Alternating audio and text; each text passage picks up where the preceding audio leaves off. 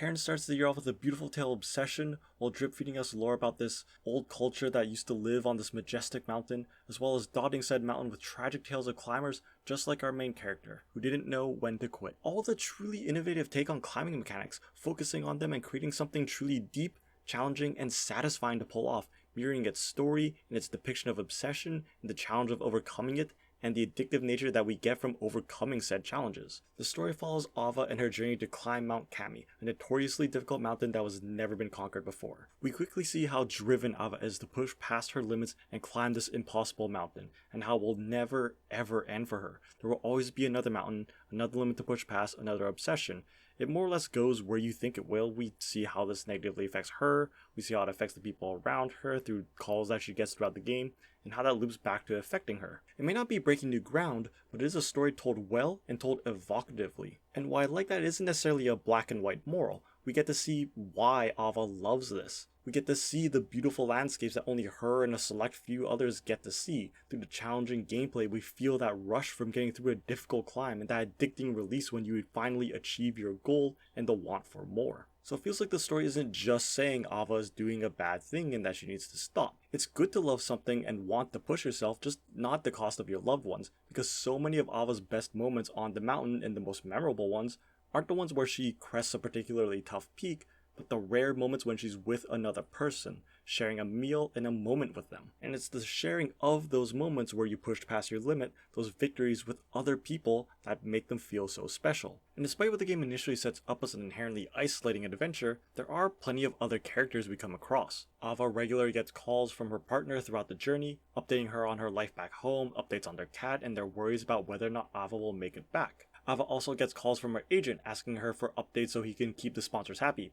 Ava's a little bit less enthused with those calls, but these messages, which often pop up as you climb and explore, help to ground Ava and her journey, showing what she's leaving behind and risks losing. It keeps the game feeling inherently human. This could easily become a game where the gameplay is the focus and story falls by the wayside, which there's nothing wrong with. I tend to gravitate towards those types of games, but these brief calls imbue the game with an emotional core that elevates the whole experience. You want to see Ava succeed, to accomplish her goal, your goal, but you're constantly reminded of everything that she must give up to do that. And that's especially punctuated by the handful of characters that you do get to meet. I only met a handful of characters in person on my climb, and many more who left their mark on Kami through notes and their remains. But each one was like looking at a mirror of Ava and what her journey or lifestyle could turn her into. Some don't seem so bad, others pretty bad. And I like that. I like that at the end of it all, I can still understand why some of these people would want to live like this, while showing some of the more dangerous paths if not careful. They all still felt very human, and flawed ones at that. And there were multiple endings to the game, with each one hinging on Ava continuing her obsession or not. And while I initially thought that I made the right choice and got the good quote-unquote ending, the more time I had to think about it, I'm not so sure anymore. It showed just how hard it is to leave behind something that has defined you for so long of your life, and how no matter what choice you make, that choice is going to stick with you.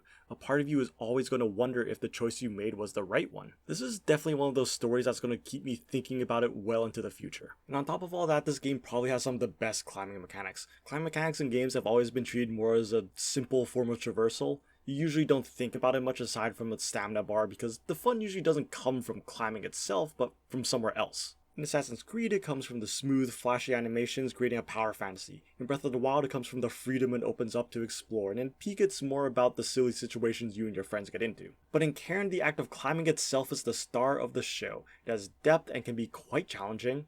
It functions a little bit like QWOP or baby steps. You individually control each limb and have to find proper handholds and ledges to position them into. It sounds simple, but of course the mountain isn't exactly built with nice uniform steps for you to climb up. You often have to contort your body, temporarily using a shaky foothold before quickly grabbing onto a secure ledge before falling to your death. And some of the movements and positions your character is doing can look weird sometimes. I'm pretty sure I saw Ava's foot spin 180 degrees more than once, but it's fine, to be honest. I know looking at the footage it might look kind of janky or awkward, but it's kind of like how in old Mario games Mario's sprite could hang like halfway off the ledge, or how in Souls-likes you can literally dodge through attacks. It makes no sense logically, it's completely unrealistic, but it's fun, it feels good, and it feels right. Ava constantly moves and positions herself in ways that make me wonder if she's part octopus, but it makes the game far more enjoyable in the end. And honestly, it weirdly adds to the tension, because you're in a precarious situation because one leg is bent 180 degrees across her body and the other is like contorted backwards or something. It's silly looking, but once you start playing it, you'll find yourself far too focused on getting to the top of the cliff to notice.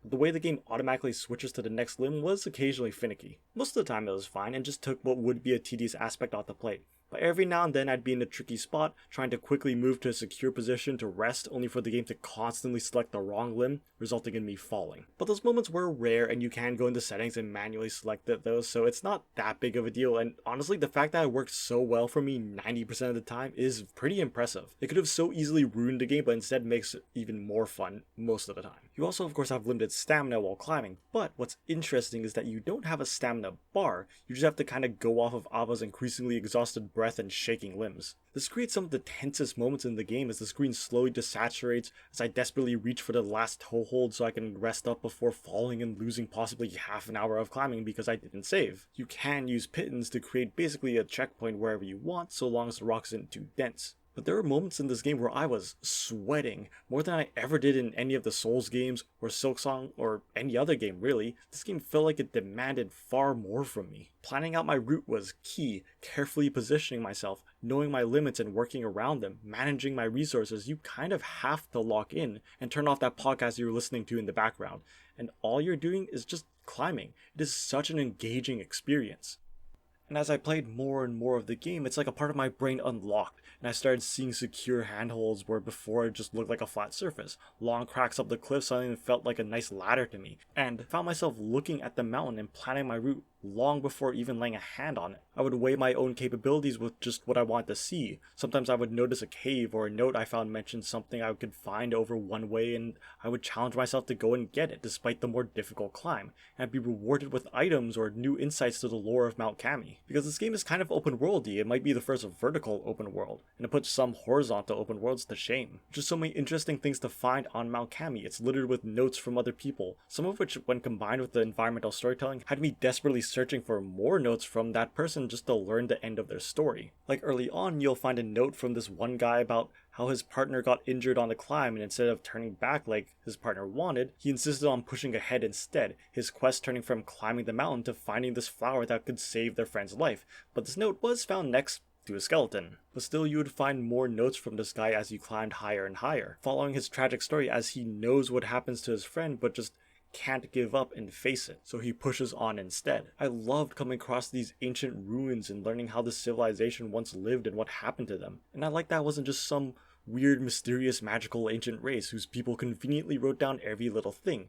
They were just normal people with their own way of life, and most of the notes you do find, it makes sense that they would write that stuff down. And it's very easy to miss a lot of these things simply because you chose to climb up one route instead of another. We get to slowly learn about the civilization that used to live on this mountain and their whole culture that revolves around climbing it. They lived vertically, as the game says, and they mean this pretty literally. You're constantly finding parts of the civilization, their homes, their schools, their burial grounds, further and further up the mountain. And they didn't have stairs or elevators to get them there. Climbing was just as important as walking to these people. Just learning about this culture alone was honestly enough to keep me going. I want to learn more about them and their relationship with tourists and the mountain climbers like Ava, and why they had to ultimately abandon the mountain. It's all told through left behind notes and environmental storytelling, and a lot of the answers you can easily miss by deciding to climb one rock face instead of the other. It makes it feel like a mystery you have to piece together, and that game trusts you to come to your own conclusions. And when not tempting you with lore or tragic stories, the game still rewards exploration with food and items to give you little boosts to deal with the game's simple survival mechanics. Yes, you do have to manage hunger, thirst, and the cold, and it does a good job of keeping those mechanics tough enough that I needed to keep an eye on them, but not so much that it ever got in the way. It helps that cooking can often not only make your limited resources go further, but also provide buffs to grip strength or stamina. So I felt rewarded for keeping my character nice and fed and hydrated, rather than just kind of staving off debuffs. The survival mechanics actually did what so many try to do, which is make the world feel kind of harsh and like you are on your own and have to scavenge and plan and make sure you pack the right things. I also found it kind of cute that the inventory is literally just a bunch of stuff loosely piled into your backpack and you gotta like shake it to make room. All in all, Cairn is a landmark addition to the climbing game genre with incredibly innovative and captivating gameplay wrapped up in a heartfelt story to start the year off strong. Do you like miso soup? Huh? Miso soup, do you like it? Yes?